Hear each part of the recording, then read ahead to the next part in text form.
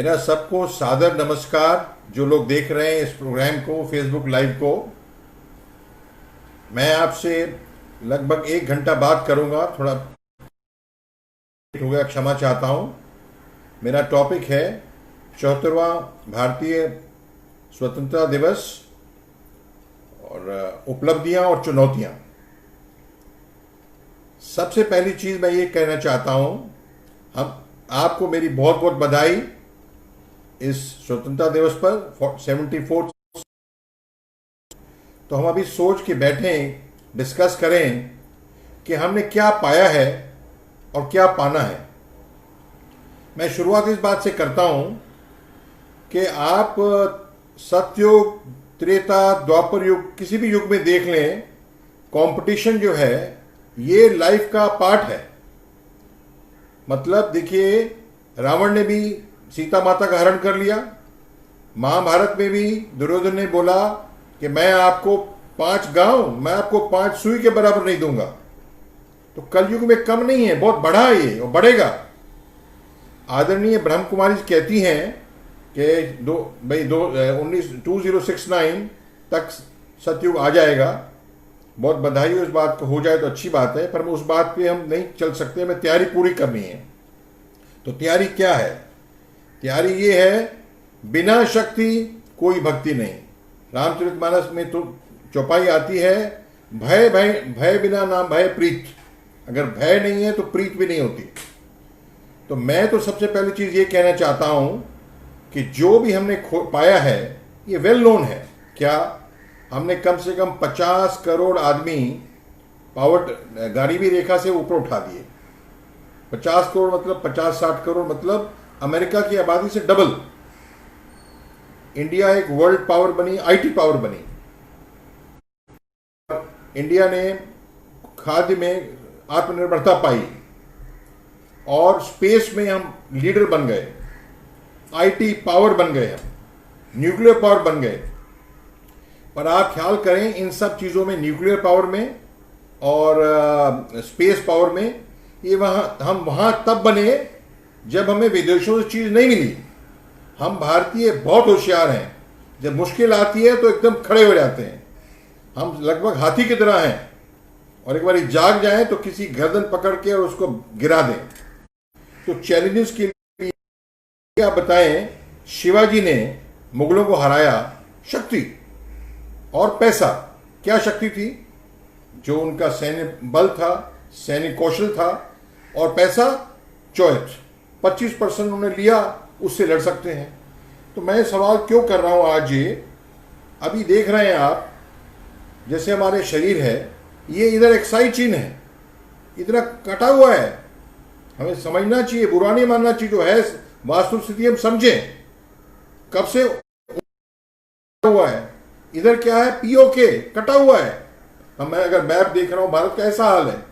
और फिर वो लोग क्या कर रहे हैं, चीन यहां से OBOR बना रहे हैं, 1 बेल्ट 1 रोड ऐसा बना रहे हैं। वहां म्यांमार से आते हैं, अरुणाचल आते हैं, उत्तराखंड आते, नेपाल आते हैं, हिमाचल आते हैं, उत्तराखंड आते हैं, लद्दाख तक आते हैं। फिर ऐसे वो रोड बना रहे हैं, और वो रोड मिलेगी वेस्ट पाकिस्तान में जाके, और वहां से ग्वादर पोर्ट मिलेगी उनको, और आज चबार की ईरान की पोर्ट भी ले लेंगे, पूरा हमको घेरने के चक्कर में। तो हम कितनी प्यारी प्यारी बातें कर दें, भारतीय कहीं भी जाए, अरे बड़ा सभ्य है, सुशील है, सहिष्णु है, सबसे मिलके चलता है, होशियार है। पर जब तक आप हाथ में डंडा मोटा नहीं है आपके, तो कंपटीशन की वजह से हम मार खाते रहेंगे। ये हो रहा है, धोखेबाज लोग हमेशा रहेंगे। मैं तो सतयुग की बात वैसे तो हम पढ़ते हैं, देवता रामचंद्र जी के टाइम पे विश्वामित्र यज्ञ, तो राक्षस लोग क्या मांस गिराते थे। ये हटने वाला नहीं है। उसके लिए हमने क्या करना है, हमारे देश में ये वास्तु स्थिति अभी चल रही है, इसको हम समझें। मेरी समझ में हम एज ए मिलिट्री पावर काफी पीछे हट गए, और उसकी वजह से ये हो रहा है। हमारी पूरे संसार के अंदर कोई अंदर घुस आता है, कोई फिर हम बात करते रहते हैं, बात सुनता है नहीं है, तो बड़ी प्रॉब्लम है। तो इसको मैं ऐसे देखता हूं, प्रॉब्लम क्यों है ये? मेरी समझ में कई कारण है। एक बड़ा भारी कारण ये भी है। मुझे आप बताएं, हमें आज़ादी कैसे मिली? मेरा ख्याल है ये नैरेटिव है, ये कहा जाता है कि क्या डांडी मार्च किया, सत्याग्रह किया, अहिंसा किया, और वो क्या, और इससे मैं कहता हूं इसका योगदान है, हुआ। ये सब करने की वजह से क्या हुआ, देश में जागरूकता आई, एक संकल्प मिला, एक संदेश मिला कि हम आजाद नहीं हैं, हमने अंग्रेजों को निकालना है। पर मेरे साथियों, ये हमको स्वतंत्रता मिली, क्यों मिली? आजाद हिंद फौज के 4-5 लाख सेनानी अगर वो बर्मा में ना पहुंचते, नागालैंड पे, ये अंग्रेज जो 8,000 किलोमीटर से हमारे को गर्दन दबाने आए हैं, 200 साल से बैठे थे, वो हमारी सत्याग्रह से तो जाने वाले नहीं थे। तो नरम दल का भी योगदान था, गरम दल का भी योगदान था, पर एंड में बात धक्का तब दिया, टिपिंग पॉइंट तब आया जब हमारी आजाद हिंद फौज ने दिखाया। 1940 में नौसेना की बगावत हुई, म्यूटिनी हुई, और अंग्रेजों को समझ आ गया। अपने वीर सावरकर जी क्या कहते थे? वो कहते थे मैक्सिमम भारतीय अंग्रेजों की फौज में भर्ती हो जाओ। आपको पता होगा क्यों भर्ती हो जाओ? अरे भाई, आप संगठित रहना, तो बिना शक्ति कोई भक्ति नहीं है, बिना भय कोई प्रीत नहीं है।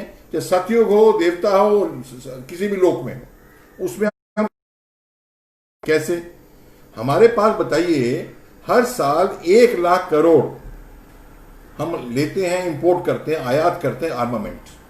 आप मुझे बताएं, क्या हम आयात से लड़ सकते हैं चीन के साथ? चीन तो हमारा पड़ोसी रहने वाला है। आज जो मोदी जी ने क्या कहा, हमारे पड़ोसी वो नहीं है जो भौगोलिक जुड़े हुए हैं, और भी हैं, मान लेते हैं, पर ये चीन पाकिस्तान तो पड़ोसी हैं, हमेशा ये नजर रखेंगे और गर्दन दबाने की कोशिश करेंगे।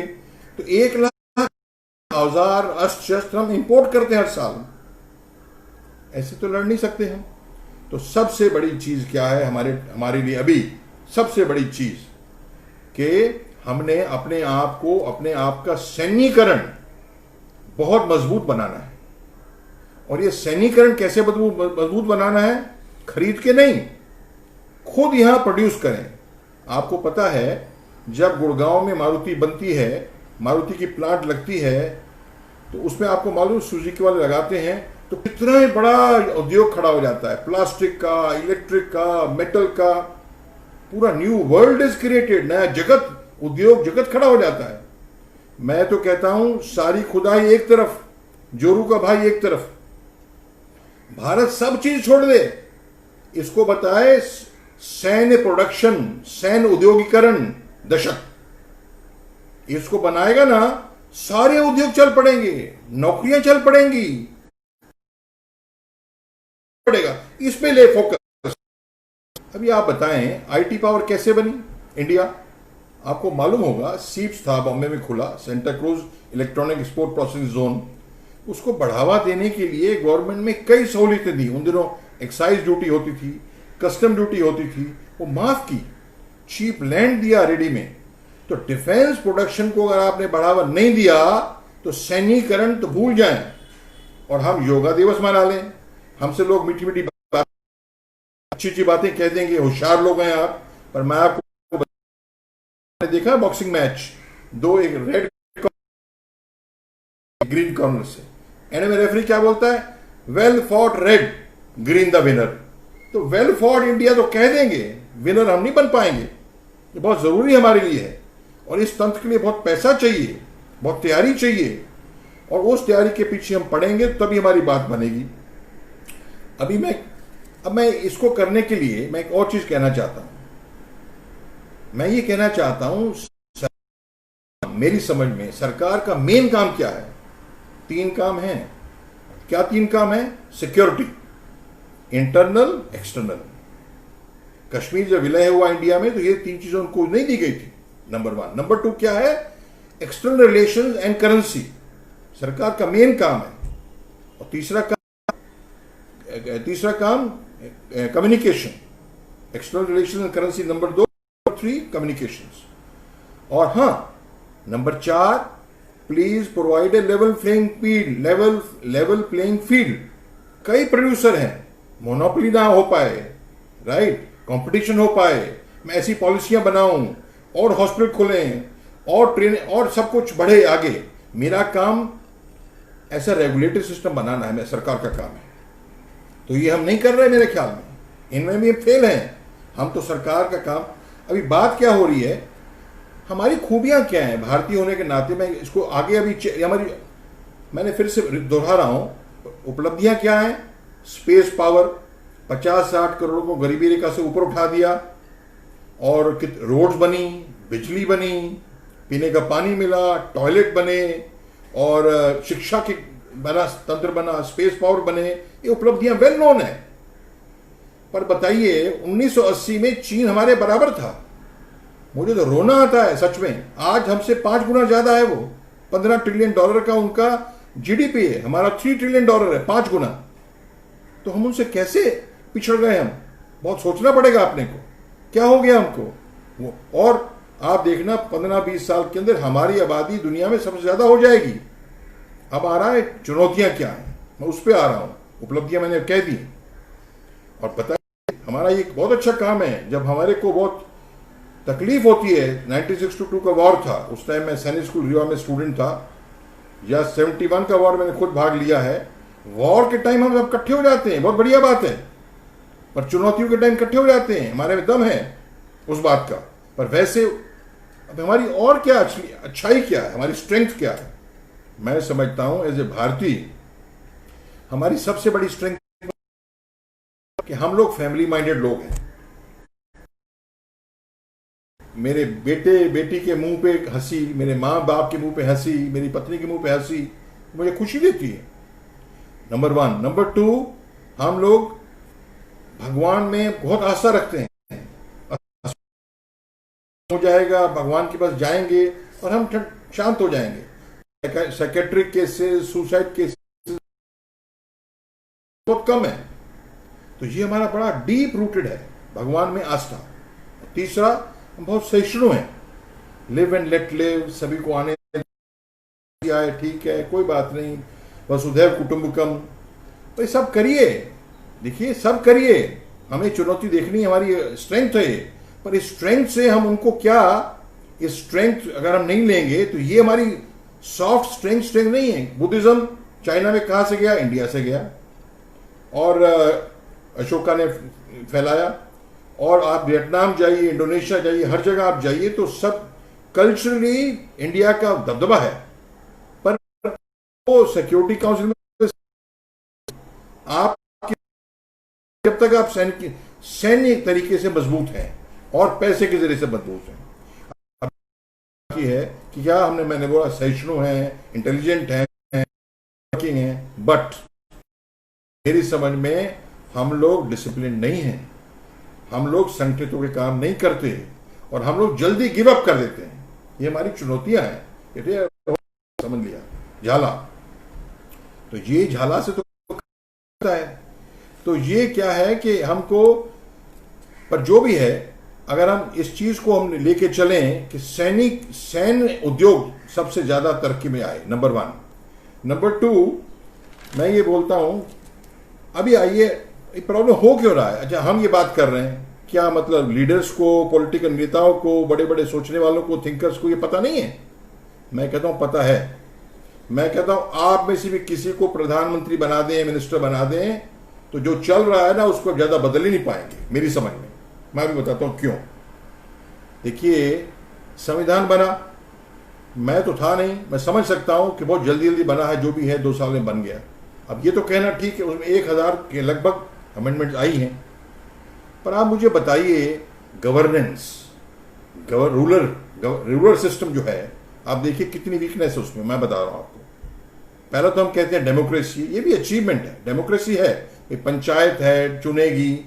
प्योर तरीका है, इम्प्योर तरीका है, चुनती तो है। कोई ये नहीं पैदाइशी सऊदी अरेबिया में उसका शेख है, उसका बेटा वो राजा बन जाता है। तो कम से कम वॉइस तो है। और वीकनेस देखिए, ये जो चेंज करने की जरूरत है, ये चुनौती है। क्या वीकनेस है? अब डेमोक्रेसी है, आपको मालूम है, मैं छोटा सा उदाहरण देता हूं आपको। 544 सीट्स हैं, लोकसभा की सांसद हैं। अगर किसके भी 272 आ जाएं तो वो गवर्नमेंट बना सकता है, हैं? 270 गिनने के लिए 270 पकड़िए। और आप समझ लीजिए, आम कॉन्स्टिट्यूएंसी के अंदर साउथ बॉम्बे है, कॉन्स्टिट्यूंसी है, पूना, कोई भी कॉन्स्टिट्यूंसी अब लें, हर कॉन्स्टिट्यूंसी, और आप उठा के देख रहे हैं election commission of India ECI.nic.in, जीतने वाला मोटा मोटी 5 लाख वोट पाता है। 5 लाख, आबादी कितनी, 15 लाख से 20 लाख, और जो जीतने वाला 5 लाख मिल गए तो जीत जाता है। क्यों? 4 आदमी खड़े हैं, बीजेपी खड़ी है, कांग्रेस खड़ी है, बीजेपी शिवसेना युति खड़ी है, कांग्रेस खड़ी है, और खड़ा, तो फर्स्ट पास द पोस्ट। मेरे को 5 लाख मिल गए, आपको 4.5 लाख मिल गए, उसको 3 लाख मिल गए, तो मेरे पास सब कुछ आ गया मलाई, और आप कुछ नहीं, आप जीरो हैं, या जीरो या हीरो।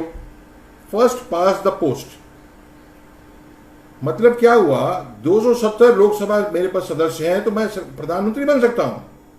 270 माने 270 इंटू 5 कितना होता है?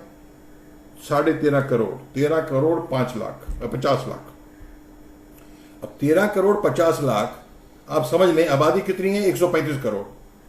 ये डेमोक्रेसी तो ना हुई भाई। इस कमरे में 135 लोग बैठे हैं, 10%, मतलब 13-14 बंदों ने कहा हाँ जी दीवान साहब आप ठीक है, आप फिट हैं, मैं बन गया प्रधानमंत्री।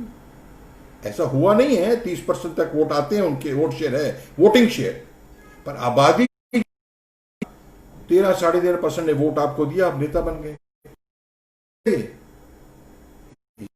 मतलब जरूरी है, क्योंकि आप तो ट्रूली रिप्रेजेंटेटिव गवर्नमेंट भी नहीं है, ठीक है।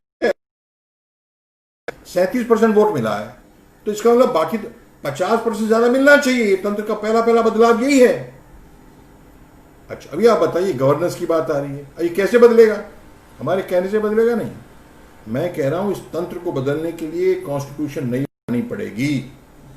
नई कॉन्स्टिट्यूशन असेंबली जो 49 में जैसे बनी थी वो बनेगी, और 50 में लागू हुई, 1950 में लागू, ऐसे बनेगी। पर उसकी प्रॉब्लम है, वो अभी लागू नहीं हो सकती है, अभी बना भी नहीं सकती। जो मोदी साहब बनाए या जो भी सरकार हो, उनके पास लोकसभा में भी मेजॉरिटी चाहिए और राज्यसभा में मेजॉरिटी चाहिए। मोदी गवर्नमेंट की नहीं है, 2022 में आएगी। लगता है ये कॉन्स्टिट्यूशन बदले। अच्छा, क्या बदलाव आने चाहिए? अभी आप मुझे बताइए। ये तो मैंने आपको बताया कि 13.5 करोड़ के नुमाइंदे आप हैं और आप MP बन गए। और बात जो बदलनी चाहिए, आपको पता है, अगर आप सांसद बन जाएं अपने कोल्हापुर से और आप बैठे हैं लोकसभा के अंदर बैठे हैं, तो कोई भी ट्रिपल तलाक, 2022 में इलेक्शन है, प्रेसिडेंट का, वाइस प्रेसिडेंट का इलेक्शन आया, वोट अपना मन से, मर्जी से नहीं दे सकते, स्वेच्छा से नहीं दे सकते। अगर आप बीजेपी की हैं तो भाई इसको वोट करो। अरे क्या बंधुआ मजदूर है कम? ये तो बड़ी वीकनेस है। ये क्यों आई मालूम है आपको? 400 MP थे राजीव गांधी के पास, तो 86 में 87 में उसने ये बिल पास कर दिया, एंटी डिफेक्शन लॉ। उसके चलते वो आप अपनी मन की बात कर नहीं सकते। You can not go against the party line. आप कैसे नुमाइंदे हुए जब आप अपनी बात रख नहीं सकते खुल के? नंबर 2। नंबर तीन बोलता हूं, कॉन्स्टिट्यूशन का, इलेक्शन की बात कर रहा हूं फिर से मैं। ठीक है, बात हमको अगर साफ करना है शुरू से, ऊपर से होगा। देख बहुत पावरफुल है। डेमोक्रेसी के 4 पांव हैं। क्या? विधायिका माने लेजिस्लेचर, विधानसभा, लोकसभा, राज्यसभा, विधायिका कानून बनाने वाली संस्था। नंबर 2 कार्यपालिका, जो कानून बने उसके हिसाब से कानून लागू करेगी। नंबर 3 जुडिशरी क्या? रेफरी विसल बजाता है, फाउल लिखा है कानून में ऐसा, चाहे वो एग्जीक्यूटिव है, चाहे कोई भी काम गलत करे। और चौथा पांव क्या है? पांव बन गया है, लिखा नहीं कॉन्स्टिट्यूशन में, प्रेस, मीडिया। आप मुझे बताएं, आज की डेट में पॉलिटिशियन बन जाता है, वो कुछ भी कहे, मैं सेवक, आपका सेवक वोट लेने आता है, आपका मैं सेवक हूं, वो राजा बन जाता है। और क्यों? अगर उसके पास पावर ही नहीं है उसको मतलब माल मलाई खाने की, इतना कंपटीशन क्यों है टिकट लेने को? वो क्या करता है वो? अब 2 महीने हो गए, हर रोज 20-30 चैनल में, 3 बॉर्डर पे। क्या मतलब? ये वो चैनल चल, दुकान, आपको मालूम है चैनल कैसे बढ़ती है, मीडिया कैसे बढ़ता है? गवर्नमेंट के पास जो पॉलिटिकल नेता इतने पावरफुल हैं, जिनको वो गवर्नमेंट की एड देते हैं ना, वो चैनल गवर्नमेंट की बात करते हैं। अब समझ रहे हैं क्या कंट्रोल है मीडिया पे? तो ये 4 पहलू पे किसका कंट्रोल है? पॉलिटिशियन का। कैसे कंट्रोल है? मीडिया का, मैंने आपको बताया।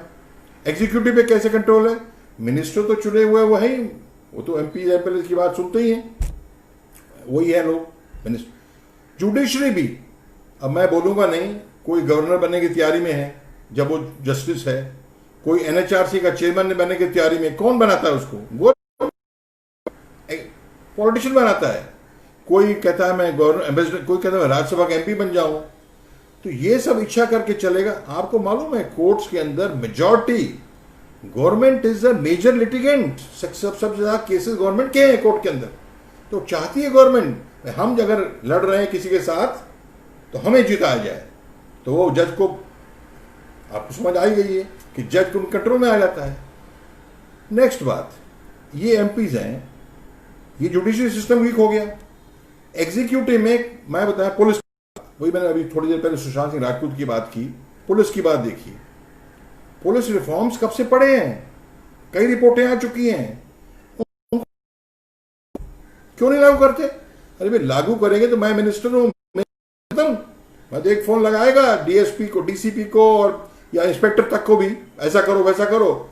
अच्छा भाई केस फाइल करता है कोर्ट में, इसके बारे में काम देगा नहीं। अब ये कंट्रोल है पॉलिटिशियंस का। नवंबर में मैं यूएनओ की कॉन्फ्रेंस में गया, स्विट्जरलैंड जेनेवा। मैं लिफ्ट में चढ़ रहा था, लिफ्ट बाय चांस वो मैं जैसे घुसा लिफ्ट में, ऊपर जा रही थी, लेडी थी, इंट्रोड्यूस किया उसने, स्वीडन की 47 एज की लड़की, लेडी। मतलब कोई तामझाम नहीं, सिक्योरिटी गार्ड, पिस्टल, ये वो रुआब, सिंपल। उसको काम करना है सोसाइटी के लिए, इसलिए आई है वो, एनजीओ की तरह काम करना है उसको, इसलिए आई है। यहां ऐसा नहीं है, यहां तो रूलर है, कंट्रोल है। ये कंट्रोल खत्म होना चाहिए। तो ये कॉन्स्टिट्यूशन की बात है। पुलिस को फ्रीडम दिया जाए, निष्पक्ष काम करे, जुडिशरी फ्रीडम दिया जाए, निष्पक्ष काम करे। और ये सब 40% तो विधायक और सांसद उसके अंदर वो क्रिमिनल केस वाले हैं। आपको पता नहीं है, यहां तो बेस्ट का खलासी, बेस्ट का क्लीनर बनने के लिए तो आपकी पुलिस जांच होगी। अरे नहीं नहीं नहीं, बेस्ट का क्लीनर बनाएंगे तो जो आगजनी कर देगा बसों में, ठीक है, चाहिए पुलिस कार्रवाई। और यहां पूरा मतलब उनके पुलिस रिकॉर्ड है, क्रिमिनल केस चले उनके ऊपर, और कुछ वो लीडर बने हुए हैं। अब जो ऐसे लीडर बने हुए हैं, ये भी उसमें कानून बनाए हुए हैं। और सबसे और लास्ट बात, मैंने फंडिंग की बात करता हूं, डेमोक्रेसी फंडिंग की बात 2 जगह आती है। हम कहते हैं ये क्या ब्लैक मनी ना हो। जनाब, इलेक्शन का रूल है कि सांसद के लिए, एमपी के लिए 75 लाख से ज्यादा खर्च नहीं करना, और आमदार के लिए 15 लाख से ज्यादा खर्च नहीं करना। घुसा था, इसमें तैयारी कर रहा था, मैं कहता हूं 25 करोड़ से कम खर्च नहीं होता बॉम्बे जैसी जगह में। अभी पिछले हफ्ते, गए हफ्ते मैंने एक मेरे साथी से बात की, बिहार में एंड ऑफ द ईयर में इलेक्शन होने वाले हैं, एमएलए के लिए 15 लाख। वो कहता है सर वो करोड़ खर्च करना पड़ता बिहार में। क्यों इतना खर्च कर रहे हो? देश पिछड़ा हुआ है, ये तंत्र है, ये कोई नहीं बदल। अभी क्यों, क्या किया उन्होंने? उसके अंदर बैक मनी कैसे जनरेट होती? और मेरे साथ अगला बंदा है, तो मैं तो बीजेपी शिवसेना कांग्रेस का खड़ा हुआ है, साउथ बॉम्बे की बात करते हैं, राहुल जी खड़े हुए उसके अंदर। 25 करोड़ खर्च कर रहे हैं, अपना पैसा खर्च तो करेंगे नहीं, कोई उद्योगपति कोई धन्ना सेठ देगा पैसे। 25 करोड़ मेरे को दिए और उसको भी बिलियन डॉलर 25 करोड़ खर्च किए, हालांकि 75 लाख है। अब आप पूछेंगे तो इलेक्शन कमीशन क्या कर रही है, वो चेक ही नहीं कर सकती। कौन बनाता है रूल? पॉलिटिशियन, सिपाही में। वो क्या क्या हो गया? तो उस हिसाब से क्या हो रहा है कि 25 करोड़ खर्च मैं कर रहा हूं, 25 कर रहा हूं। अब 50 करोड़ खर्चा हो रहा है, ठीक है, एवरेजली एक कॉन्स्टिट्यूंसी में। मतलब 75 लाख तो कुछ नहीं है, पूरा 25 करोड़ 50 करोड़ ब्लैक मनी है।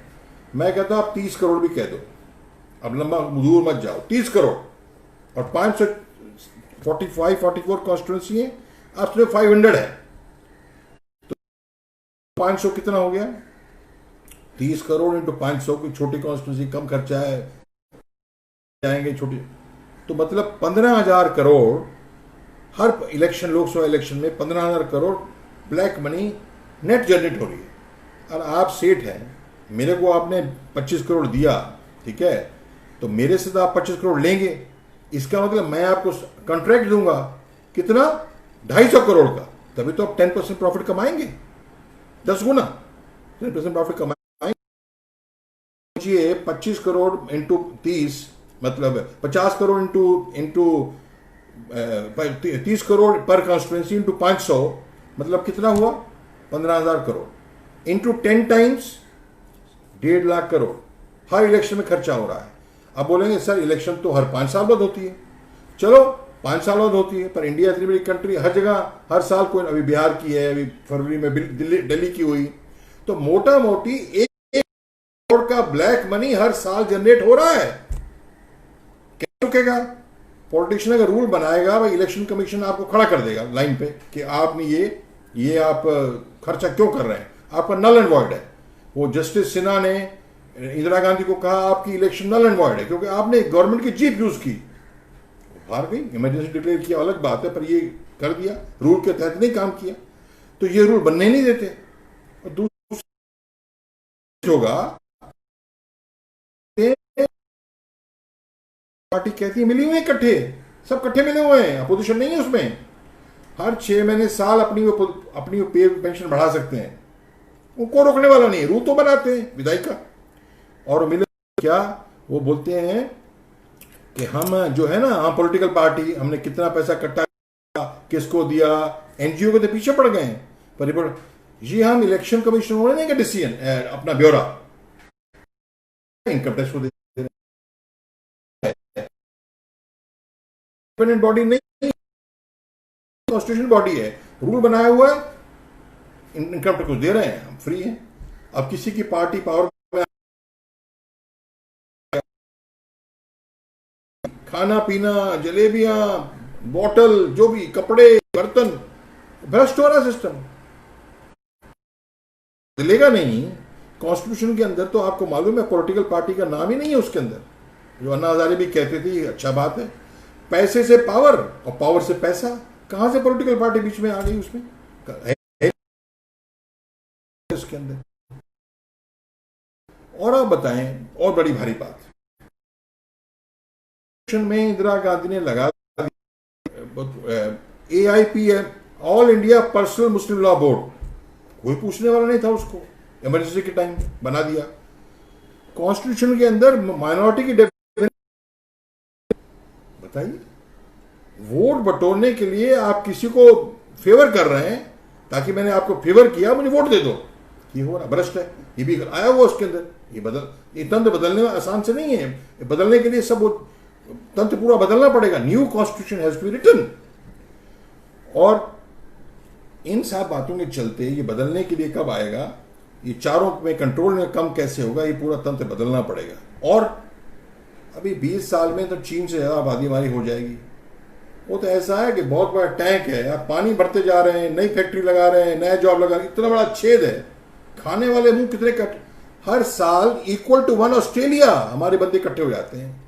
Every year we are adding new Australia. Population control bill, उसके बगैर चारा नहीं है, ये भी कॉन्स्टिट्यूशन में आएगा, वो भी 2022 के बाद आ सकता है। अरे मैं तो यूं हूं, मैं तो फलाना हूं, ढुकाना हूं, मुझे दबा रहे हो।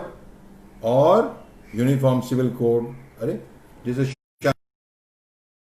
एक तंत्र तंत्र दो विधान, नहीं चलेगा नहीं चलेगा। तभी 370 खत्म हुआ, 35 खत्म हुआ। ये मैं बातें आपसे बता नहीं रहा हूं, क्या उपलब्धियां हैं सब पता है अपने को। हमने देखना है चुनौतियां क्या है, कैसे आगे बढ़ना है, मेन वो देखना है हमने। नहीं तो हम 15-20 साल के अंदर चीन के मुकाबले में खड़े नहीं हो पाए, वर्ल्ड पावर नहीं बन पाए, तो हमारा फ्यूचर बड़ा ब्लीक है। और इसके लिए पूरा तंत्र साफ करना पड़ेगा, दोबारा बनाना पड़ेगा, by rule of law only, law नया बनेगा। अभी मैं बता रहा हूं कि आपसे कि और एक काम कर दिया आपने। आप कॉन्स्टिट्यूशन में देखिए 1976 में आदरणीय श्रीमती इंदिरा गांधी ने एक बड़ा भारी फेरबदल कर दिया, प्रेसिडेंट की पावर्स में चेंज कर दिया। उसमें मालूम क्या लिखा है कि president will definitely abide by the advice given by council of ministers. अरे मैं प्रेसिडेंट बन गया, मेरे को इलेक्ट करने वाले पूरे देश के विधायक भी थे, पूरे देश के लोकसभा के एमपी भी थे, एमएलसी भी थे, और मेरे को आप कहते हैं भाई देखो भैया अपनी आंख बंद करो और तुम रबर स्टैंप हो, मैं आपको बताता हूं इस पर साइन कर दूं, कर दो। और आप सरप्राइज होंगे मैं क्या कह रहा था, सब मिले हुए हैं। जब जनता गवर्नमेंट बीच में आई, इसके बाद इंदिरा गांधी के हटने के बाद उन्होंने भी कई वो जो प्रोविजन हटा दिए कई इंदिरा गांधी। क्यों? तो मैं बॉस हूं, बैलेंसेस कर दूंगा जो भी है। भाई साहब राष्ट्रपति भवन में आप बैठे हो, बिग गेस्ट हाउस में आप बैठे रहिए, आप यू ब्लडी वेल साइन। ये क्या है, क्या मतलब भाई? तो इतना बड़ा क्यों रखने का तंत्र जो करता ही कुछ नहीं। वो तो अभी बात ये आ रही है कि अभी आप पूछेंगे कि ये सब जो हम कह रहे हैं बातें, इतना ब्लैक मनी हो रहा है, तंत्र बदलेगा। अभी ये इतना लगता है तंत्र तो बदलेगा। अभी इकोनॉमी की तरफ आइए। मैं जान के कोरोना की बात नहीं कर रहा हूं, कोरोना तो अभी चल रहा है, ठीक है, सभी को पता है, आप सुन रहे क्या है, मुझे पॉलिटिकल लेक्चर देने का नहीं है। अभी हमारी जो है, अगर हमने मजबूत बनना है, आर्थिक तरीके से मजबूत देश बनना है और मिलिट्री तरीके से मजबूत देश बनना है, पहले तो मिलिट्री पे आइए। मैंने पहले कहा, आज मोदी जी नहीं कहा मिलिट्री आत्मनिर्भरता, मैं तो 15 दिन से मैं टीवी डिबेट में जा रहा हूं, यही कह रहा हूं। अगर आपने मिलिट्री में आत्मनिर्भरता नहीं की तो forget being a great power. सोने की चिड़िया और ऋषि मुनियों को देश, विश्व गुरु, जनाब कोई सुनता नहीं है। डंडा नहीं है तो कोई सुनता नहीं है। हाथी की तरह आपकी सूंड बड़ी मोटी है, आप बहुत शक्तिशाली हैं, मैं किसी के यहां घुसूंगा नहीं। हाँ, तो माहौत हो, मेरे साथ बदमाशी की तो मैं तो सूंड में तुम्हें दबा के, तुम्हारे घर में आके तुम्हें दबा के लताड़ दूंगा, मेरी मार दूंगा। ये आप सुनते हो केरला में ही होता है। एक माहौत था, तकलीफ कर रहा है, हाथी को दिया, चल रहा है। हाथी ने एक बार गुस्सा आया, माहौत को उतार के रगड़ दिया। हम इंडियन ऐसे हैं, हमें किसी को कैप्चर नहीं करना है, कि दूसरे का खाना नहीं है, हमें दूसरे को नोचना नहीं है। हम चीन नहीं है, पर तुमने किया तो हम हाथी की तरह आपको रगड़ देंगे, आपके घर में आके, बीजिंग में आके कर देंगे। ये ताकत है हमारे पास? नहीं है तो बातें हम करते रहें, नेगोशिएट करते रहें, चीन के, अमेरिका के पास जाएं। प्रभु करे इलेक्शन है नवंबर में, प्रभु करे इलेक्शन के पहले, और ट्रंप साहब अक्टूबर में कुछ ताइवान की तरफ से चीन पे अटैक कर दें तो चीन ठंडा पड़ जाए, हमारे यहाँ से प्रेशर लद्दाख से हट जाए, या वो साउथ चाइना सी के अंदर, वियतनाम के अंदर कुछ पंगा, Vietnam south China smarty islands पे अटैक कर दे। अब दूसरे पे निर्भर हम कब तक रहेंगे? और फिर हम कहते हैं दुनिया के 1/4 आबादी, 1/5 आबादी और इतनी सभ्यता वाली देश, इतना पुराना देश, ये हम कैसे हटेंगे? बातों से नहीं होने वाला है। तो ये सैनिक की बात मैंने की। दूसरी बात ये है, हमारी इकोनॉमी में क्या स्ट्रेंथ है। आप देखिए, आपको मालूम है इंडिया का जो एरेबल लैंड मास है, मतलब लैंड मास जिस पे एग्रीकल्चर हो सकता है, वो चाइना से ज्यादा है। चाइना का टोटल लैंड मास हमसे ज्यादा है, पर उतना बड़ा गोबी डेजर्ट है, सब कुछ है। तो जिसपे हम लैंड मास पे, हमारे इंडिया के लैंड मास पे, जिसमें खेती कर सकते हैं, फसल उगा सकते हैं, फ्रूट कर सकते हैं, वेजिटेबल का, वो चाइना से भी ज्यादा है। And actually we are the world's largest producer, vegetables largest, fruit largest, milk largest, almost largest, even sugar almost largest Brazil की लाइन में। तो हमको अगर दो चीज हमने पकड़ ली ना, दो उद्योग मेन, जिसके अंदर हमारा मैन पावर बड़े काम आ जाएगा, और वो हमारे को जॉब भी मिलेगी, अमीर भी मिलेगी। मिलिट्री प्रोडक्शन, आर्म्स प्रोडक्शन अभी इंडिया में एक ही है, मैं तो वहाँ सर्विस किया है मैंने, defence institute of armament technology Poona में, एनडीए में खड़गवासला डैम है, खड़गवासला डैम की इस तरफ नेशनल डिफेंस अकेडमी खड़गवासला, उस तरफ आईआईटी गिरिनगर है, गिरिनगर बोलते हैं, सिंगर को जाते हैं। तो मैं क्या कहना चाहता हूँ, आईटी कैसे बढ़ी, कितने कंसेशन दिए इंडियन गवर्नमेंट ने, 60-70 ऑर्डिनेंस फैक्ट्रीज हैं, 40-50 डीआरडीओ की लैब्स हैं। अगर इंडिया सीरियस है, अगर आत्मनिर्भर हैं, 100 आइटम तो आपने कह दिया एक्सपोर्ट इंपोर्ट नहीं करने देंगे, कहा आज मोदी जी। पर मेरे पास जो टेक्नोलॉजी डिफेंस की, मैं प्राइवेट इंडस्ट्री को फ्री दूं, मेरी प्राइवेट इंडस्ट्री है, मैं उसको लैंड चीप दूं, या सीप्स में दिया, मैं उसको लोन सस्ते में दूं, वाटर सस्ते में दूं, और कस्टम ड्यूटी नहीं लगाऊं, उसको बोलो भाई आपने 50% एक्सपोर्ट कर रहा है। एफडीआई किया 74% उन्होंने। पर अगर इसको मिशन मोड में हम डिफेंस प्रोडक्शन में नहीं गए, मैं बार बार यही कह रहा हूं, तो हम तो ना तो सैन्य पावर बनेंगे, जो अपने श्रद्धेय सावरकर जी भी कहते थे कि सैन्यकरण, समाज का सैन्यकरण, वो नहीं हो पाएगा हमारा। और नंबर, मिलिट्री ट्रेनिंग कंपल्सरी हो, 2 साल 3 साल सभी की। और नंबर 3 मैं कह रहा हूं कि ये तो उसी में डिसिप्लिन आएगा। इजराइल को देखिए, और ये मैं कहता हूं मिलिट्री स्ट्रेंथ के लिए हम सब छोड़ दें, इजराइल से हम जफ्फी पाले। कल इजराइल ने यूएई से दोस्ती का जफ्फी पाई है, हम पाले ना। छोटी सी कंट्री है, घिरी हुई है, सबको लाइन पे लगाया हुआ उसने। लेटेस्ट आर्मामेंट निकालते हैं, लेटेस्ट आर्टिफिशियल इंटेलिजेंस निकालते हैं, लेटेस्ट टेक्नोलॉजी निकालते हैं, और जो वहां के बाशिंदे हैं हर में मादा है। तो ये discipline, military training and close strategic partnership with Israel, ये नीड ऑफ द आवर है, और ये तैयार है हमारे लिए, वो मैं समझता हूँ तैयार है इसके लिए। अब वो यूए को आगे आए हैं तो बढ़ना चाहते हैं, छोटी कंट्री है, उनको भी मौका मिलेगा कि भाई और इंडस्ट्री बढ़ेगी और चीज़ें बढ़ेंगी हमारे लिए। तो ये एक तो आर्म्स प्रोडक्शन, दूसरा फूड प्रोडक्ट्स, और तीसरा ये जो हमारे स्ट्रॉन्ग पॉइंट है। और तीसरा बड़ी सरप्राइजिंग चीज़ है वैसे, कि एजुकेशन के मामले हम लोग इतने क्वालिफाइड, इतने इंटेलिजेंट और हार्ड वर्किंग लोग हैं। सिंगापुर में जाएं, यूएसए में जाएं, यूरोप में जाएं, बड़े बड़े डॉक्टर्स, बड़े बड़े इंजीनियर्स, हर फील्ड में इंडियन है। आप समझ नहीं सकते तंत्र बिगड़ा हुआ है। तंत्र क्यों बिगड़ा हुआ है? वो कहते हैं ना, don't tell me what you know, tell me whom you know। मेरा चाचा, मेरा भतीजा, मेरा बॉस खुश है, यस सर, नो सर, बस मेरे को प्रमोशन मिल गया। मुझे क्यों पढ़ने का, ये तकलीफ हो रही है, मेरे को फॉरेन पोस्टिंग मिल गई, ये तंत्र है। तो पॉलिटिकल पावर जो अगर आप जिसके पास पावर है वो अगर कम होगी तो आप समझ सकते हैं तभी ये तंत्र ठीक होगा। और आप देख लेना, मेरा इनकम टैक्स कम है, ज्यादा है, ये तो कुछ नहीं है, झूंगा चटनी, ये चटनी वाली बात है। ऊपर से साफ करेंगे, कौन करेगा? मोदी साहब में हमें होप है। वैसे तो कहने को तो रामचंद्र जी के बारे में कह दिया लोगों ने कि बाली को छुप के मारा, तो भगवान तो कोई नहीं है। पर मोदी साहब का होप है कि वो एक अच्छा दिल भी है उनका, अच्छा एनर्जी भी है, वो कुछ करना भी चाहते हैं आगे पीछे, कोई नहीं, एक कंट्रीब्यूशन हो। तो इच्छा हमारे को लगता है 2022 के अंदर ऐसा हमारा कुछ तंत्र बने, नया पूरा बन जाए। अच्छा, सेकेंडली बढ़िया, इसी हम अपने आप को शाबाशी, अरे वाह वाह वाह, स्पेस पावर, आईटी पावर, छोटी छोटी बात है। आपको सरप्राइज होगा, मैं टीसीएस में वाइस प्रेसिडेंट था। Domestic IT consumption of India, IT consumption में आपके घर में, मेरे घर में, उसकी फैक्ट्री में, इसकी फैक्ट्री में आईटी कितनी यूज हो रही है जनाब? चाइना से 1/5 है, हम यूज नहीं करते।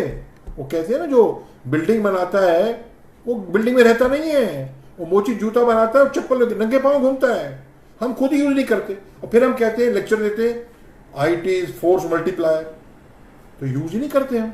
मतलब क्या हुआ कि there is a need for really ramping up our technology, नहीं तो हम आगे नहीं बढ़ पाएंगे, हम पिछड़े दबते जाएंगे। हम ठीक है, राम मंदिर बना, बड़ी अच्छी बात है, हमारा कल्चरल प्राइड वापस है, बड़ी अच्छी बात है।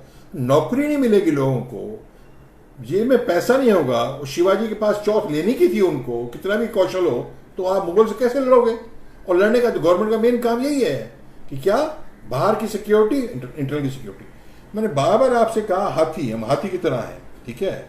हाथी का मतलब आपने देखा है, हाथी का क्या होता है, कान में कीड़ा भी घुस जाए ना, हाथी डाउन हो जाता है। ये बड़ी अफसोस की बात है, हमारे देश के अंदर भी हाथी कई खुल के बोलना नहीं, स्वतंत्रता दिवस है तो ये हम अलर्ट रहे। हाथी हाथी कान हिलाता रहता है, कट कट कट, अलर्ट रहे हम, ये कीड़े हमको खा जाएंगे, ये सब हाथियों को। और हाथी क्या है, लालच नहीं किसी करेगा, अपने मस्त चाल चलता रहेगा, मजे कर रहा है, पर किसी ने तकलीफ किया तो फिर सूंड में पकड़ के और पांव, सिंह को भी पांव में नीचे दबा रगड़ देगा, वो उनकी ताकत। तो क्या क्या फिर बात वही आ रही है, क्या मोटी सूंड क्या है, मोटा दम क्या है। और हाथी भी स्पिरिचुअल एनिमल होता है। अब हाथी की बड़ी स्ट्रांग मेमोरी होती है। मुझे तो आज ख्याल आ रहा था, मैंने बात करनी थी आपसे, तो सोच रहा था कि इंडियन हम लोग हाथी की तरह हैं और ये काइंड हार्टेड है, जेंटल है। अच्छा देखा हुआ आपने टीवी, दूसरा हाथी का बच्चा खड्डे में गिर गया है, दूसरे हाथी का बच्चा बचाने, दूसरा हाथी बचाने आता है, मैं उस हाथी का बच्चा गिर गया, मैं बचाने जा रहा हूं उसको, ये कर रहे हैं। हम में आपस में ऐसा नहीं है, हम कई बार सेल्फिश हो जाते हैं, हम डिसिप्लिन नहीं करते, ये हमारी वीकनेस बड़ी भारी। तो हम हाथी रहे तो इससे हाथी ही रहे, और उसमें क्या है कि मिल के ना रहेंगे तो बड़ा मुश्किल हो जाएगा। अभी आप पूछेंगे कि ये तो अच्छी बातें हैं, तो जनाब मैं क्या करूं? दीवान साहब, मैं आपकी बात सुन रहा हूं, स्वतंत्रता दिवस सुन रहा हूं, आपने चुनौतियां गिना दी, आपने उपलब्धियां गिना दी, और आप कह रहे हैं कि चुनौतियां जो हैं हमने कैसे बदलेंगी, ऊपर से सब ठीक करना पड़ेगा। फिर मैंने बोला आपको साफ तो मैं नहीं कर सकता, और ये बिल्ली के गले में घंटी तो नहीं बांध सकते, बिल्ली तो बड़ा मुश्किल काम है। वो एक है होशियार, मोदी साहब आए हुए, मोदी होते कोई होते, वो उसको सेट करने में आए हुए हैं, तो करें, मुझे उम्मीद है वो, इसलिए वेट, मेरी समझ में, मेरा खुद का आंकलन ये है, बहुत मैं मिलता रहता हूँ बहुत हिंदू ऑर्गेनाइजेशन से भी, तो बहुत हल्ला मचा हुआ है कि यूनिफॉर्म सिविल कोड लाओ, पॉपुलेशन कंट्रोल बिल लाओ, CAA लाए, कितना हल्ला मच गया। तो टाइम से जरा करना पड़ता है, नहीं तो इंटरनेशनल फंडिंग आ रही है। बेंगलोर में क्या हुआ 2 हफ्ते पहले, मैं आपको बोला ना, हाथी के कान में कीड़ा घुस जाए, कीड़े कई हैं यहाँ पे तबाही करने वाले, बाहर की शक्तियां कर रही हैं, इसको प्यार से करना पड़ेगा। प्यार से कैसे होगा? जब मेजोरिटी आ गई आपकी राज्यसभा में और लोकसभा में, तो आप चेंज करिए। अब चेंज हो गया तो खड़िए। अभी सुप्रीम कोर्ट ने कह दिया राम मंदिर बन गया, ट्रिपल तलाक बन, तो वो कानून से, rule of law, due process of law, DPL से काम जाएगा। अभी आप पूछेंगे दीवान साहब आपने तो काफी सारी बातें कह दी, मेरा क्या रोल है? मैं एक साधारण नागरिक हूं, मैं क्या करूं? मैं आपसे एक ही चीज कहूंगा, शॉर्टकट से मत जाओ, संगठित होकर रहो, अपना भी देखो, पड़ोसी का भी देखो, क्योंकि हम दोनों हाथी हैं, कीड़े ने तो हमको खा जाएंगे। आप समझ रहे हैं मैं क्या कह रहा हूं? और ये हमको कीड़े खा जाएंगे, हम मिलके नहीं रहेंगे तो मुश्किल होगी। और सबसे बड़ी बात, भाई साहब मैं बुरा ना माने, अभी मैं खुद की मैं क्या कहूं, वोटिंग का दिन होगा, बरसात हो रही है, तो मैं जाऊंगा ही वोट करने, ये मेरा प्रॉब्लम हो जाता है, मेरा मीन्स किसी का भी, तो गलत है। आपने वोट यूज नहीं किया, अरे काय चाले माजा काय, वो तो झोपड़पट्टी के लोग हैं, वही सब करेंगे, मैं क्या कर सकता हूं? नहीं, यूज करें, आपकी इक्का है हमारे हाथ में, वो करते नहीं हम, और उसको पकड़े बाद में। भैया तो सेवक है, तो मलाई खाने के लिए, बॉसिज्म करने के लिए, 4 आते ही इन्होंने 2 पुलिसमैन रख लिए। स्ट्रीट पे क्राइम हो रहा है, पुलिस अब अवेलेबल नहीं है, मिनिस्टर ड्यूटी पे घूम रहा है, क्या कर रहा है तुम? चलो मोदी जी ने क्या किया, लाल बत्ती उठा दी, मैं जानता हूं हुआ, पर बहुत कुछ इस माइंडसेट कि पॉलिटिकल जो है, पॉलिटिशियन जो है वो लीडर नहीं है, उसका क्या मालूम है, एक ही सिम्टम है, एक ही उसकी पहचान है कि पॉलिटिशियन कम आएंगे इलेक्शन लड़ने। पता क्या कैसे? जब मालूम हो जाएगा अभी तो मलाई है ही नहीं इसमें, अपना आप लोग नहीं आएंगे, अभी तो अनपढ़ है वो भी होगा, स्लम लॉर्ड भी होगा, गुंडेबाज भी होगा, कहीं भी रहता होगा, वो दादागिरी भी करता होगा, वो अच्छा है, ऊपर से लीडर, ऊपर से कानून बनाओ, ऊपर से वो अरेस्ट करने आए, वो कौन, मैं नाम नहीं ले, ये यादव वो यादव, अरे तो हमको अरेस्ट करता है, वो गलतियां, केस चल रहा है, और वो पुलिस को ये जो है आम आदमी के पास पावर नहीं, खत्म है, किसके पास पावर है? पॉलिटिशियन के पास। ये खत्म करनी पड़ेगी। और आप देखो चीन में, देखिए कोई सिस्टम परफेक्ट नहीं होता है। मैं आपको बता दूं कि उसके अंदर भी गलतियां हुई हैं। अगर आपका चीन के अंदर ये हाल है, मैं नहीं कहता हूं ऐसा यहां हो, तो ये कि आप पकड़े जाए करप्शन में, विद इन 1 वीक आपका तो वो आपको एग्जीक्यूट कर देते हैं, पूछने वाला कोई नहीं है। और आप वही मैं बात कह रहा था कि जिसे यहां 20-20 साल केस चलता है। बताइए, अगर मैंने आपका किराए पे मकान ले लिया है और मैं बदमाशी करने में उतर रहा हूं, I am going to court, 20 साल पकड़े गए। आप 60 साल 70 साल के बंदे हैं, आप तो बर्फ में लग गए। आपके जुडिशियल सिस्टम बड़ा वीक है। मैं आपको बता रहा हूं, ये नहीं है कि अमेरिकन जो हैं, यूरोपियंस जो हैं हमसे ज्यादा ऑनेस्ट हैं, not at all. Human nature greedy हर जगह है, मौका मिलता है हर कोई करता है। पर क्या प्रॉब्लम है, इतना तंत्र कड़क है जुडिशियल, और यहां जुडिशियल सिस्टम तंत्र कड़क होने नहीं देते। क्यों? गवर्नमेंट में ठंडा रखो इसको सवाल। कहीं कहीं ये भी सुना होगा आपने, जो कहता है मैं सेवक हूं, मैं प्रधान सेवक की बात नहीं कर रहा हूं, जो कहता है मैं सेवक हूं, जनाब आप वो चाहते नहीं है, वो चाहते नहीं है कि आप गरीबी से हटें। अरे आप, मैं तो एक बंदे से नाम नहीं, गरीबी से हट गए तो आप मेरे नीचे रहेंगे नहीं, आप तो शेर बन जाएंगे। आप ना पढ़ो ना लिखो ना कमाई करो तो मेरे को सलूट मारते रहोगे आप। ये हो रहा है। इसलिए एक आपको पता है, एक समाज पिछड़ा हुआ है 70 साल से, अब वो चिल्ला रहे हैं अरे तुमने हमको एक्सप्लॉइट किया है। क्यों? खाली वोट बैंक, तुम झोपड़पट्टी में रहो, झुग्गी में रहो, ये काम है। मैं तो एक स्वामी जी से मिला हूं, दिल्ली के हैं, नाम मैं नहीं लेना चाहता। वो बंधुआ मजदूर के अगेंस्ट मोर्चा किया, इतना होशियारी काम किया। एज ऑफ 40 ईयर्स एज में हरियाणा कैबिनेट से रिजाइन। अरे बंधुआ मजदूर ईंटों में काम कर रहे हैं, और इतनी की लाइफ क्या है। उसके बाप ने फोन 10,000 रुपये लिया था, 5,000, वो तो बदलता खत्म नहीं होता है। वो तो मतलब जैसे लस्सी होती है, पानी डालता है और लस्सी बढ़ती जाती है। 2-3 जनरेशन पीढ़ी तक लोन चल रहा है। तो उसकी जो बेटी, उसके बेटे, वो कैप्टिव है वहां पे, काम किया उन्होंने। मैं परसों बात कर रहा था आदमी से, उन तभी स्वामी जी की तबीयत बड़ी खराब चल रही है, मैं बात किया, कहता है सर ये बंधुआ मजदूर को छुड़वाते हैं, छुड़वाने के बाद वो चाहते नहीं है कि एकदम फ्री हो जाए। फ्री हो गया हमारे बजाएगा ही नहीं, हमारी दुकान बंद। तो क्या आंसर है? आंसर ये है, you and me as a alert citizen, जहां अन्याय हो रहा है बात उठाओ। नहीं तो आप समझते हो कि आपको और आपको नहीं तो घुमाएंगे, घुमा रहे हैं। अरे मैं बोलता हूं 10,000 लोग हैं मोटा मोटी जो रूल कर रहे हैं। 10,000 कैसे? 500, 540, 600 एमपीज हो गए, और 300, 273, 300 और राज्यसभा एमपी हो गए। 1000 पकड़ लो, 1000 एमपी हो गए। ये 1000 एमपी हैं तो पिछले 10 साल के ले लो, अब ये 1000 आए हैं, पहले वो आए थे, तो 3-4 हजार वो हो गए। और 1 एमपी जो होता है 15-16 लाख, 15-20 लाख आबादी होती है। और 1 एमएलए आमदार विधायक, वो आबादी होती है 1 लाख, 1-1.5 लाख। तो मतलब 500 एमपी है, 540 एमपी है, तो समझो 5,500 एमएलए है। तो ये 10-15 हजार लोग, वो इक्के की गिट्टियां होती है ना लूडो की, घूम फिर के भाई हमारे पे चढ़े हुए हैं, और हम सलूट काम कराना मजा। कनेक्शन नहीं है।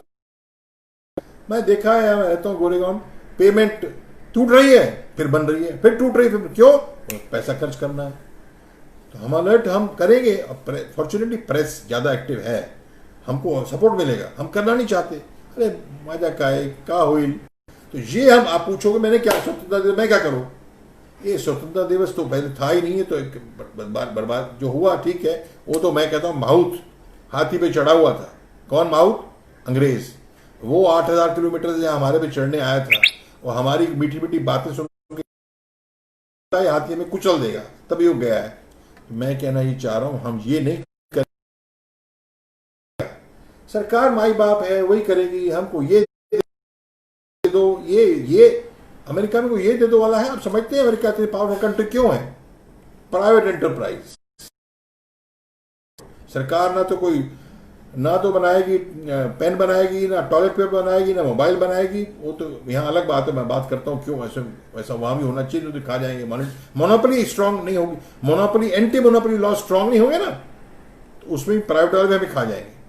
अभी आप देखो, एग्जाम्पल देता हूँ, BSNL MTNL जब था तो कर बंद हो रहा है, क्योंकि वो था। ये सारे Airtel, Vodafone, Tata, competition, rate कम है। पूरी दुनिया में टेलीकॉम के रेट्स लोएस्ट है इंडिया में। क्यों? आप बताइए, बीएसएनएल बंद हो गया ना, ये गारंटी है मेरी। ये जो रेट हमारे हैं ना, अभी हम 300 रुपये बिल देता हूँ मैं, अनलिमिटेड कॉल्स वोडाफोन का। मैं तो 20 साल से हूँ उनका। वो मैं आपको बता रहा हूँ, यही 300 का मैं गारंटी बोलता हूँ 1500 2000 हो जाएगा, आपस में मिल जाएंगे। अब फार्मा देख लीजिए, मैं बीपी की मेडिसिन लेने जाता हूँ, हर 2 महीने बीपी मेडिसिन लेने जाइए 10% बढ़ा होता है रेट। क्यों? वो मिले हुए हैं, वैसे कंपटीशन है। मैं ग्लेन फार्मा हूँ, मैं सन फार्मा हूँ, मेरी लड़ाई है। पर OPPI, organization of pharma producers industry, मिले हुए हैं, रेट बढ़ाए जा रहे हैं, हमको चूस रहे हैं।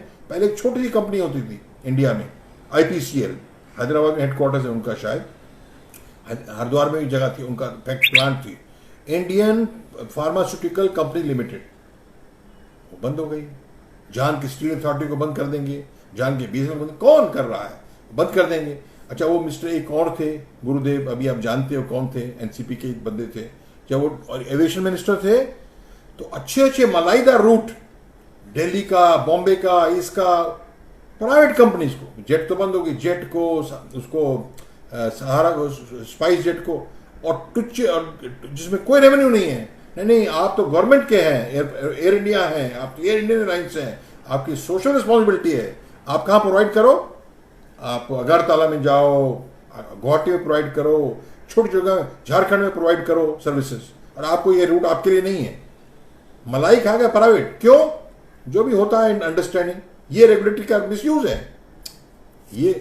पर हाँ, पर जो गवर्नमेंट वाला प्रोवाइडर अगर बीच में रहेगा, अगर गवर्नमेंट का प्रोवाइडर रहेगा कोई ना कोई बीच में, तो प्राइवेट वाले हमारे गर्दन नहीं पकड़ेंगे। अभी रेलवे प्राइवेटाइजेशन हो रही है, उसमें खतरा भी है, पर अच्छा भी है, निकलना चाहिए। देखिए, निकलना चाहिए, मैंने गवर्नमेंट को ये रोटी कपड़ा मकान काम से हटना चाहिए, प्राइवेट को दो। तुम तो डिफेंस, अमेरिका में जो डिफेंस प्रोडक्शन इतनी भारी कंट्री है, इतना भारी इकोनॉमी है, जिसको आप देंगे आपकी इकोनॉमी अच्छी होगी, लेने वाला आप सल्यूट मारेगा आपसे, अरे आम देना, अभी लो आम। अब फ्रांस को हम जी हजूरी करते रहेंगे, ऊपर से हमारी इतनी नौकरियां बनेगी, हमारी इतने लॉस हो रहा है फॉरेन एक्सचेंज का, क्योंकि इंपोर्ट कर खत्म हो जाएगा। मैं फिर से कह रहा हूं, एक ही फार्मूला आज की, आप अपने अर्बन प्रोडक्शन को तो स्काई हाई मिशन मोड में 10 साल में कर दो, नंबर 1। नंबर 2, फूड प्रोसेसिंग में आप, नंबर 2, देखिए बड़ी बुरी बात है, हम तो जानते नहीं फार्मर्स की कंडीशन। देखो, अगर आप एक्सप्लॉइट करके चलेंगे ना, लंबा देर चलता नहीं है। आपको पता है, इंडिया के अंदर 60 साल पहले जो फार्मर जो है ना, एक मन माना 40 शेर होता था, आज किलो है आज की डेट में। आपको एक मन अगर वो गेहूं बेचता था, वीट बेचता था, 1 तोला सोना खरीद सकता था वो। और आज के हिसाब से उसका 1400-1500 MSP, मिनिमम सपोर्ट प्राइस कर दिया है। तो क्या हो रहा है, वो कहता है, मिला था एक उसको BK, भारत किसान यूनियन वाले को, वो कहता है, सर प्रोफेसर की तनख्वाह, डीजल का प्राइस, सीमेंट का प्राइस, पटवारी की तनख्वाह, हर चीज 63 ईयर्स के बाद कंपेयर देखें तो 400 गुना बढ़ गई है। और मेरी प्रोड्यूस की प्राइस एब्सोल्यूट टर्म्स में, भाई अगर देखिए, अभी मतलब 60 साल पहले मैं फौज में ज्वाइन हुआ तो 73 में हुआ, तो मेरी 400-700 तनख्वाह थी, तो आज तो मेरा 400 गुना बढ़ गई है। इनका एग्जाम्पल एवरेज बता रहा हूँ। और price of diesel, price of, और किसान का जो काम है, पसीना से बना रहा है वो, और कैसे बना रहा है वो, बेचारा भगवान पे भरोसे है। बरसात हुई ज्यादा, मारा गया, उसके बच्चे भूखे। बरसात हुई कम तो मारा गया, उसको जो बीज की लागत भी नहीं मिलती, उसकी किसान की 60 गुना ज्यादा बढ़ी है, बस। तो 8 गुना का फर्क है। इसका मतलब साथियों, आप और मैं शहरी लोग जो किसान को वाजिब दाम नहीं दे रहे, आप और हम रोज किसान का खून चूस रहे हैं। किसान, अब हम उसको अमीर नहीं होने दे रहे। अब वो छोड़ दो, बड़े बड़े किसान, शरद पवार भी किसान है, अमिताभ, किसान को वाजिब दाम नहीं मिलेगा। मैं मिला था शरद जोशी को, शीतकड़ी संगठन का, मैं 80 में मिला, 80 में था, तो क्या कहता था, कहता कुछ नहीं चाहिए गवर्नमेंट से हमें, आप हमारा ट्रेड जो है ना, फूड ग्रेन्स कहीं भी बेच सकते हैं, हम एक्सपोर्ट भी कर सकते हैं, हम फ्री हैं, हमको फ्री कर दो। ये नहीं दाल है, अनियन है, कंपलसरी तुम इंडिया बेचेगा। क्यों? मैं क्यों बेचूं? कुछ भी मशीन प्रोड्यूस करता है, यू आर फ्री। वर्ल्ड में अफ्रीका में चीप में आपको ज्यादा लॉ प्रॉफिट है, वहां बेचो। आपने फ्री मार्केट किया नहीं है, किसमें? किसानी में। उसको दबाया हुआ बेचारे को। आप ऐसे 40% 50 आबादी को दबा के रखेंगे ना, ये भूल जाए देश की, देश हमारा संपन्न हो जाएगा, देश हमारा वैभवशाली हो जाएगा। घर में 4 लोग हैं, गृहिणी को आप दबा रहे हैं रोज, कहां से संपन्नता आएगी? कहां से खुशी आएगी? कहां से खुशहाली आएगी? तो ऐसा आप कर रहे हैं। किसान मतलब कम से कम 130 करोड़ में से कम 70 करोड़ इंसान है, ये किसान है। मैंने देखा है किसान, मैं एमपी में जब प्रोवाइस चांसलर था, पूछा, वो कहता खेत खाली छोड़ देते हैं। क्यों? अरे यार, इसमें खेती करो, मेहनत करो, बीज के पैसे लगाओ, खाद लगाओ, और बाद में बाढ़ आ गई तो 2 रुपए किलो टमाटर मुझे बेचना पड़ता है, उतना तो मेरे ट्रांसपोर्ट में लग जाएगा। बाहर फेंक रहे हैं सड़क पे, तो पैसा मिलता है, अरे कहां से आएगा? अच्छा, ये भी अच्छा है, क्यों कल को तुम्हें जब किल्लत हो जाएगी, ये चीजें कांदा बटाटा और गेहूं नहीं मिलेगा, अपना रेट बढ़ाएंगे, किसान के लिए अच्छा है। ये किया है काम गवर्नमेंट ने, पर एपीएमसी बना दिया है। एपीएमसी क्या? फिर मिडिल मैन। नाम तो agriculture produce marketing committee, Washim इतना बड़ा है, उसमें क्या है, पहले आड़ती लोग थे बीच में, वो बदमाशी करते थे। क्या बदमाशी करते थे? किसान आया 200 किलो, नहीं ले जाओ, नहीं, अरे बेचारा वापस, नहीं सेठ ले लो। मैं सोनीपत में था, दबाते थे। उसको हटाने के लिए क्या किया? APMC, agriculture produce marketing committee, नहीं कंपल्सरी लेना। ये सारी धांधली कहां से आ रही है? घूम फिर के पॉलिटिकल वर्चस्व, पॉलिटिकल पावर इतना ज्यादा है, कंट्रोल है। अगर आपने वो नहीं हटाया तो आप समझ सकते हैं कि कहीं हम जाएंगे नहीं। कुछ समय है तो मेरे से सवाल पूछेंगे तो पूछ सकते हैं, आप लिख सकते हैं, इसमें मैं बताऊंगा आपको। कुछ जवाब, कुछ प्रश्न पूछना तो मैं कोशिश करूंगा, मैं दे सकता हूं जवाब। क्योंकि 1 घंटा 50 मिनट्स हो गया। हाँ, आप, मुझे लगता है आपको लिखना पड़ेगा, इसमें आप लिखेंगे तो मैं उसका जवाब दूंगा।